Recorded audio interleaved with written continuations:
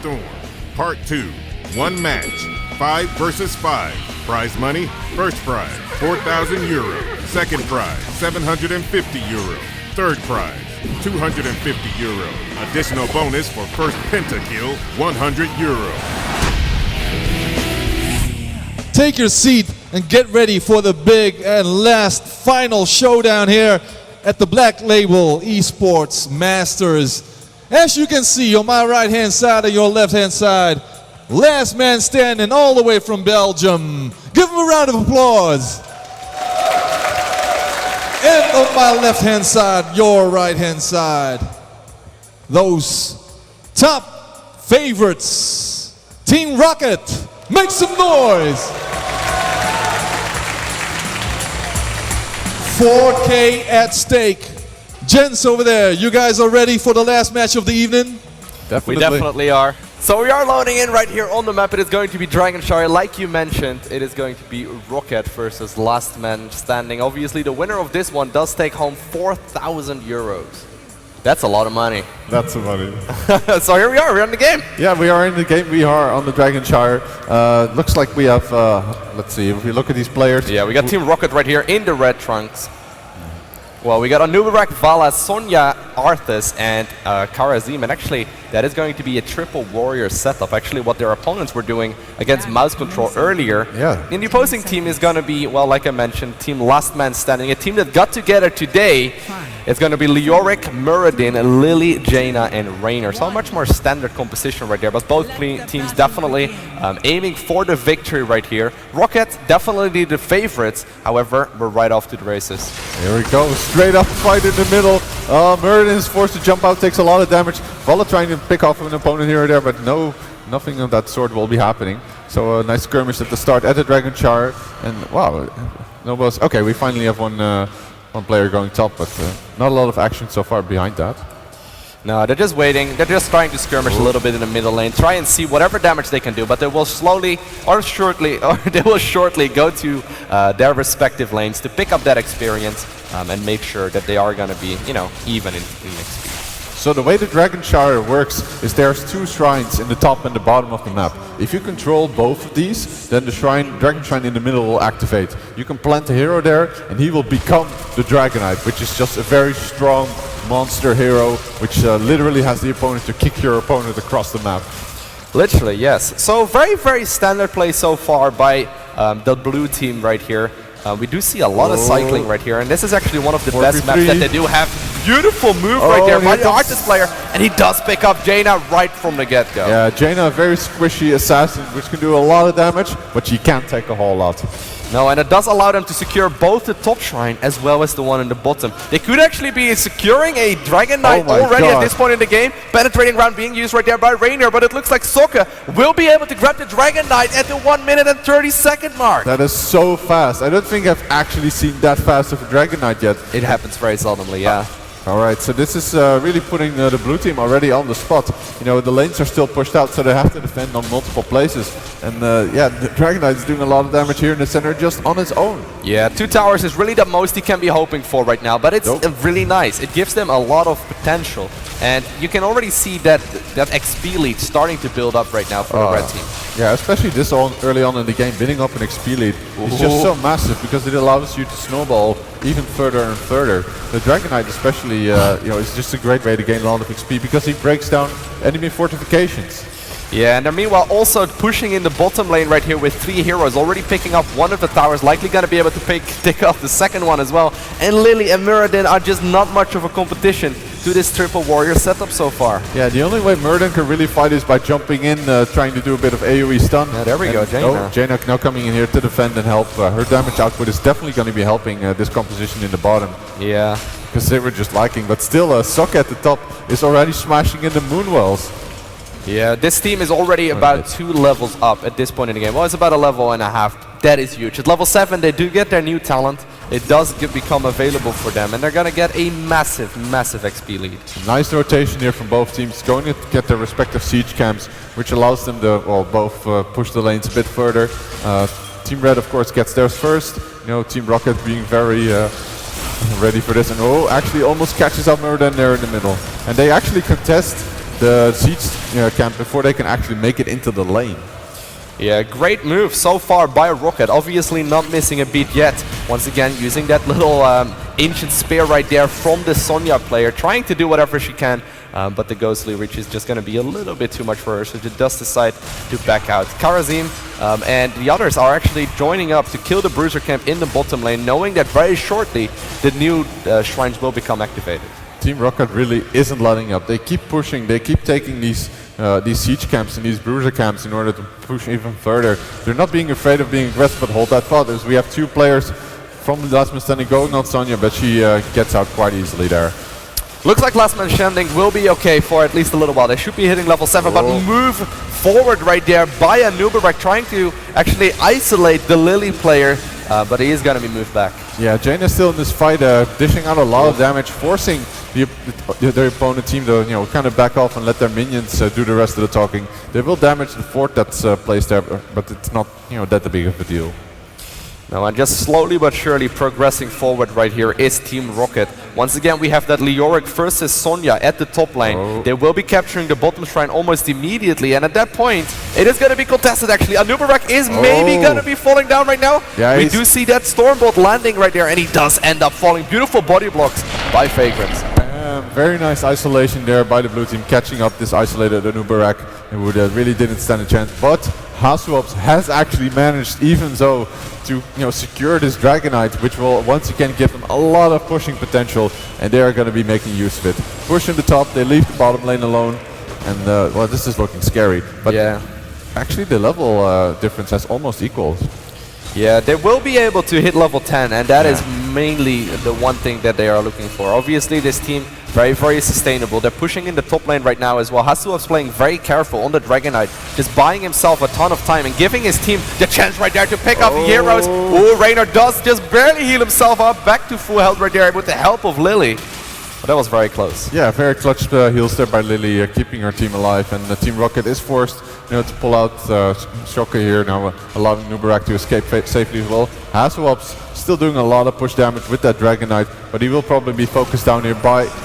he actually jumped out on his own accord, I believe.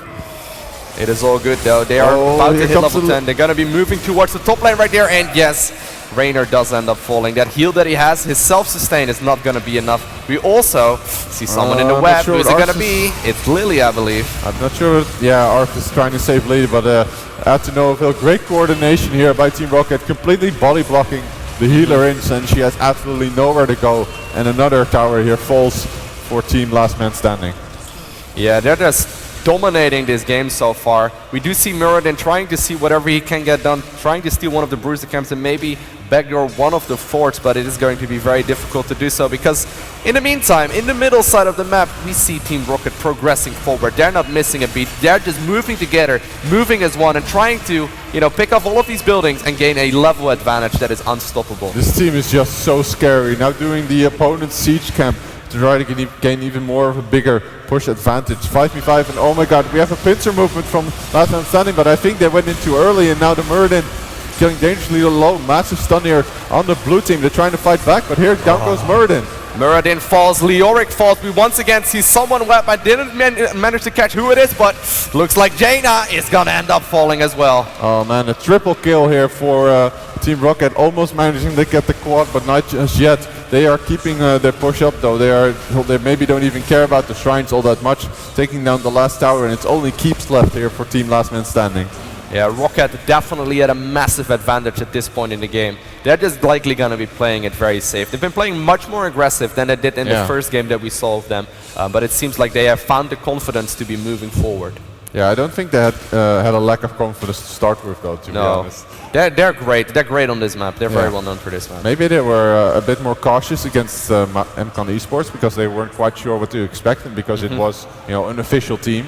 But against this team, they're really not letting anything up to the chance. So it looks like they're not going to be contesting this dragon too much. They just want to make sure that the opposing team doesn't capture it. I think they're waiting for level 13. They do unlock another talent tier at that point, and they will become significantly stronger than their opponents. Well, here we go. Another dragon is right about to spawn. Hasuops once again takes the roll, but he gets taken out here by Arfis, who immediately gets focused. Oh, the rain walk though, he does manage to get out of there for at least a moment, but he falls. Yeah, he gets taken out. It looks like they might be going toe for toe. No, there comes the backup from Team Roccat, actually forcing back Team Last Man Standing. And they might actually go and continue to fight here. The Dragon Knight right now is being captured once again by Team Roccat, and they are pushing forward. They've, they've been pushed back in the bottom lane, but it looks like that is where the Dragon is headed as well. They need to get out of there. Yeah, the Dragons do start dealing significant amounts of damage a little bit later on into the game as well. Not quite yet, so he can't be, one-shotting heroes at this point, but he will get there very shortly. Is he going to be able to kick one of them into the reverse direction? No, the fight happens regardless of actually a lot of damage here onto the Leoric by Roccat, but still, this fight actually not going all that bad, but still, yeah, Roccat is just pushing them back, and down goes. Beautiful Divine Palm usage right there by the Karazim player, making sure that he stays alive. Jaina does end up falling right here. Leoric getting dangerously close as well, and it looks like the Dragon Knight may be able to kill him. No, just barely not. They wish they could, but they have to break it down first. Two heroes almost ready to respawn already for the blue team, which they will need, because this Dragon Knight is still up and is dealing a ton of damage. They are just pushing. They are trying to go for the victory right now. Once again, a nice web blast usage right there by the Anubarak player. Looks like they're not going to set up for the surround this time, but they're just buying themselves time, keeping or killing that fort rather. Strafe being used right now by Vala as well, just seeing whatever damage he can. Did so much damage just by being in being near the opponents. I'm not sure why he popped it. I don't think he really needed to, but it worked for him. And once again, Siege Camp immediately picked up. And oh man, Last Man Standing is just up against the ropes at this point. Yeah, they're trying to do whatever they can, but they know they're up against some of the very best players right now. And you can notice the difference. They're just moving together as one. And while they may not always be together, they're still communicating. They're still, fully aware of where the allies are at. And they will be coming together at a moment there. It's going to be most beneficial. I wouldn't be surprised if they're just going to wait right now until level 16. Get that talent advantage once again and just become unstoppable. It's going to be a massive talent advantage. We can say that for sure. Last Man Standing is trying to do the best they can. Taking camps, pushing lanes, but it seems like Team Roccat is just all over the place. They're currently in all three lanes. There's 3 only on the bottom, but they don't seem to even be that afraid. Like, they have plenty of escapes, and they won't even be able to cut out. Like, their wall is still standing here. Yeah, they're just playing it super safe. They're not taking a risk. They don't really need to, but it looks like they are smelling blood right now. They're moving forward, setting up that surround right now with the Anubarak player, as well as the Artist, getting that Howling Blast, not getting anyone, but dealing a ton of damage right now with Vala in the backlines, using the strafe to the maximum potential. Beautiful coordination here by Team Roccat with that pincer movement. Then right at level 16 as well. Yeah, and then sending in the Vala with their ult, dealing so much damage, and they just get slaughtered one by one. We only have the Leoric now running they're just skipping the towers. We know what that means. Oh, are they even going to go for the towers? It doesn't look like it. They know they have 4 men down on the enemy team. Can they focus down the Leoric though? That might earn them a bit of money. They don't really care anymore. Yeah. They're almost feeling that 4,000 euro in their pockets, and it looks like Team Roccat will be able to get the victory right here. GG, well played. Team Roccat absolutely destroys Last Man Standing, and wow, they are the winners in a very, very convincing fashion here at the Black Label eSports Masters. Great moves by them, clearly outclassing their opponents, and a well-deserved victory. And thank you, Simon Heine and Jeroen Wijmer, aka Loco and Wyman. Give them a round of applause. They did an excellent job tonight. But most of all, I'd like to get an applause for the absolute winners, the ultimate champions here tonight. Heroes of the Storm, as we say in Holland, 2 fingers in the nose, a walk in the park. Give it up for Team Roccat, please.